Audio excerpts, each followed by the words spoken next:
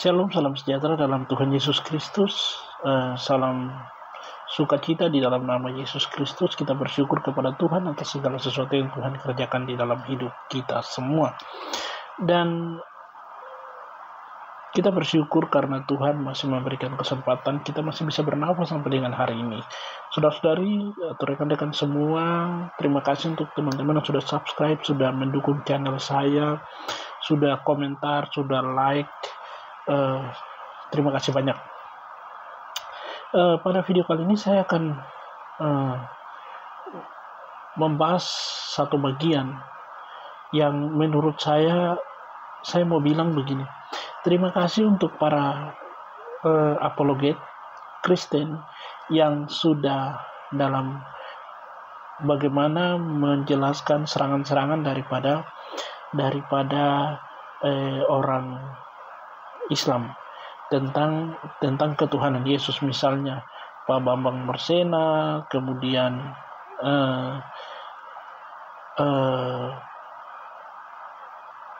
Ezra Soru, kemudian ada Pendeta Budi Asali, dan kemudian ada beberapa pendeta-pendeta yang lain yang dalam pembelaan iman Kristen, dalam berapologet, mereka telah bahkan debat dan sebagainya. Tetapi saya juga mengucapkan terima kasih kepada para apologet Islam, ya, para apologet Islam, karena terima kasih banyak kamu telah menolong sehingga kita bisa melihat siapa sebenarnya yang sungguh-sungguh mengikuti Yesus dan siapa yang tidak sungguh-sungguh mengikuti Yesus. Nah, di sini kita melihat bahwa orang berusaha untuk memahami Tuhan secara akal, secara sempurna dengan bukti-bukti yang sebenarnya mereka tidak ada di zaman itu, dan berusaha untuk memahami Tuhan secara sempurna, padahal itu tidak mungkin terjadi. Dan terima kasih, saya mau bilang terima kasih untuk Ustadz Bang Zuma, Ustadz Zuma, ataupun Donditan, mualaf misalnya Donditan, atau misalnya Kainama, atau misalnya yang lain, yang bagaimana mereka menjelaskan, sekalipun mereka menjelek-jelekan kekristenan, sekalipun mereka berusaha untuk menjatuhkan kekristenan, dan juga dari ceramah-ceramah mereka yang pertanyaan-pertanyaan mereka yang menjebak, bahkan orang Kristen tidak mampu untuk menjawab, lalu kemudian orang Kristen ketika terjebak tidak bisa menjawab, lalu kemudian pindah dan menjadi orang Islam. Dan saya mau bilang terima kasih, karena dari situlah kita melihat siapa yang sungguh-sungguh beriman dan siapa yang tidak sungguh-sungguh beriman. Ada yang beriman berdasarkan akal saja, dia tahu semua tentang Yesus, dia berusaha untuk memahami Tuhan secara sempurna, dia berpikir bahwa dia akan memahami Alkitab secara sempurna, memahami Yesus atau Allah Tuhan secara sempurna, sehingga yang tidak bisa dia terima dengan akalnya, dia berusaha untuk mencari yang bisa diterima dengan akalnya. Nah, saya teringat satu bagian firman Tuhan yang Yesus sendiri berbicara tentang penyesat-penyesat, yaitu di dalam Matius 24 ayat 3 sampai dengan ayatnya yang ke-14. Ya, saya akan baca untuk kita bisa perhatikan, ya. Di perikop itu adalah permulaan penderitaan. Ketika Yesus duduk di atas bukit Zaitun, datanglah murid-muridnya kepadanya untuk bercakap-cakap sendirian dengan dia. Kata mereka, katakanlah kepada kami, bila manakah itu akan terjadi, dan apakah tanda kedatanganmu dan tanda kesudahan dunia? Jawab Yesus kepadanya, waspadalah supaya jangan ada orang yang menyesatkan kamu. Sebab banyak orang akan datang dengan memakai namaku dan berkata, akulah Mesias, dan mereka akan menyesatkan banyak orang. Kamu akan mendengar deru perang atau kabar tentang perang, namun berawas-awaslah, jangan kamu gelisah. Sebab semuanya itu harus terjadi, tetapi itu belum kesudahannya. Sebab barang siapa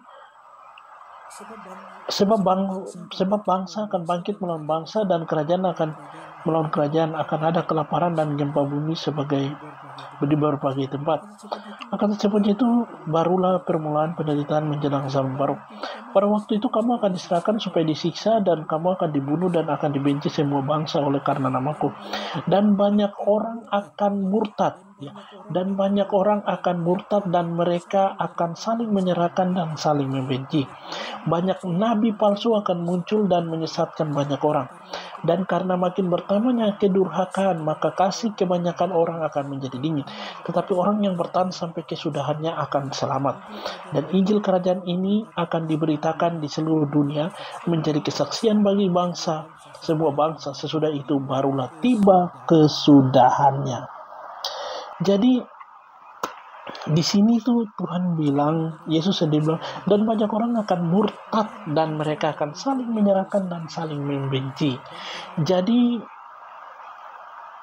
ya dari sinilah kita bisa melihat hasil bagaimana orang yang ingin orang yang belajar tetapi tidak pernah meminta bimbingan Roh Kudus, dengan rendah hati berdoa minta supaya Tuhan memberikan pengertian, memberikan hikmat kepada mereka untuk bisa menemukan kebenaran.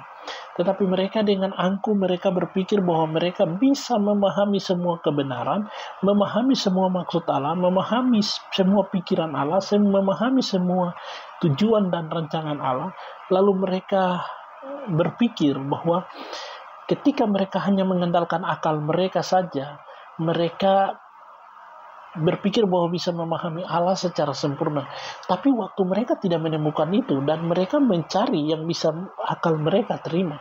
Kalau memang Tuhan itu bisa dipahami secara sempurna berdasarkan akal, itu berarti bukan Tuhan. Berarti dia terbatas yang gampang saja dipahami. Tetapi bersyukurlah kepada Yesus Kristus. Dari sini ada hasil, kita bisa lihat bahwa yang mana yang kekristenan yang sejati dan mana yang hidup di dalam kepura-puraan. Ya, begitu juga. Hendaklah orang Kristen yang sudah sungguh-sungguh percaya kepada Tuhan dengan sungguh-sungguh, dengan ketekunan iman, percaya dengan sungguh-sungguh. Kiranya perjuangan saudara, ketekunan saudara tidak sia-sia. Yesus Kristus, dia adalah Allah, dia menyelamatkan. Tidak ada yang mau mati untuk orang lain. Hanya Yesus Kristus yang rela. Kalau kita tutup Alkitab dan kita membuktikan dengan sejarah pada masa pemerintahan itu, dan catatan sejarah menuliskan bahwa Yesus mati di tangan Pontius Pilatus, dan itu tercatat di dalam sejarah. Jadi kita tidak bisa, sejarah membuktikan bahwa Yesus mati dan Alkitab membuktikan bahwa Yesus mati, dan semuanya itu adalah kerja daripada Tuhan sendiri. Sekalipun manusia berusaha untuk memutarbalikkan kebenaran, Yesus Kristus adalah Raja. Jesus King of the King. The Jesus King of my Savior. Yesus adalah keselamatan. Yesus adalah jalan kebenaran dan hidup. Yesus adalah satu-satunya jalan pergi ke surga. Dan dia bilang, di dalam dunia ini, dari semua agama yang ada, hanya Yesus yang bilang, aku datang dari sana. Ya, aku datang dari sana dan aku akan membawa kamu ke sana. Ya, kalau kita melihat cerita daripada umat Islam, bahwa Muhammad dibawa naik ke langit ke-7. Muhammad dibawa naik ke sana. Ya, tetapi Yesus bilang, aku datang dari sana dan aku membawa kamu ke sana. Yesus bilang, aku datang dari sana dan aku akan membawa kamu ke sana. Ya, beda ya, orang yang dibawa ke sana dengan orang yang punya yang datang. Jadi Yesus yang dari surga datang membawa kita yang bukan kita punya surga dan kita tidak tahu jalan ke situ. Dan kita akan pergi ke situ. Dan dia bilang, kamu tinggal. Saya akan datang kembali dan membawa kamu ke sana. Supaya di tempat di mana aku berada, kamu pun berada. sebagai orang Kristen saya begitu sukacita, begitu bergembira, begitu bersyukur karena saya sudah diselamatkan. Saya selalu menonton apologet Islam berbicara tentang Alkitab, berbicara bahwa begini mereka bermain logika, tetapi sedikit pun tidak akan pernah menggoyahkan imanku bahwa Yesus Kristus, dia tidak pernah berbuat jahat kepadaku. Dia adalah Allah. Dia tidak pernah membenciku. Dia tidak pernah membuat hidupku susah. Sekalipun di dalam kesusahan, tapi tangannya yang penuh kuasa selalu menopang aku, selalu menolong. Dan di dalam kepercayaan dan di dalam iman yang dianugerahkan kepadaku dengan perantaraan Roh Kudus, saya akan tetap setia sampai bertemu dengannya di dalam kerajaannya. Tuhan memberkati kita semua. Shalom.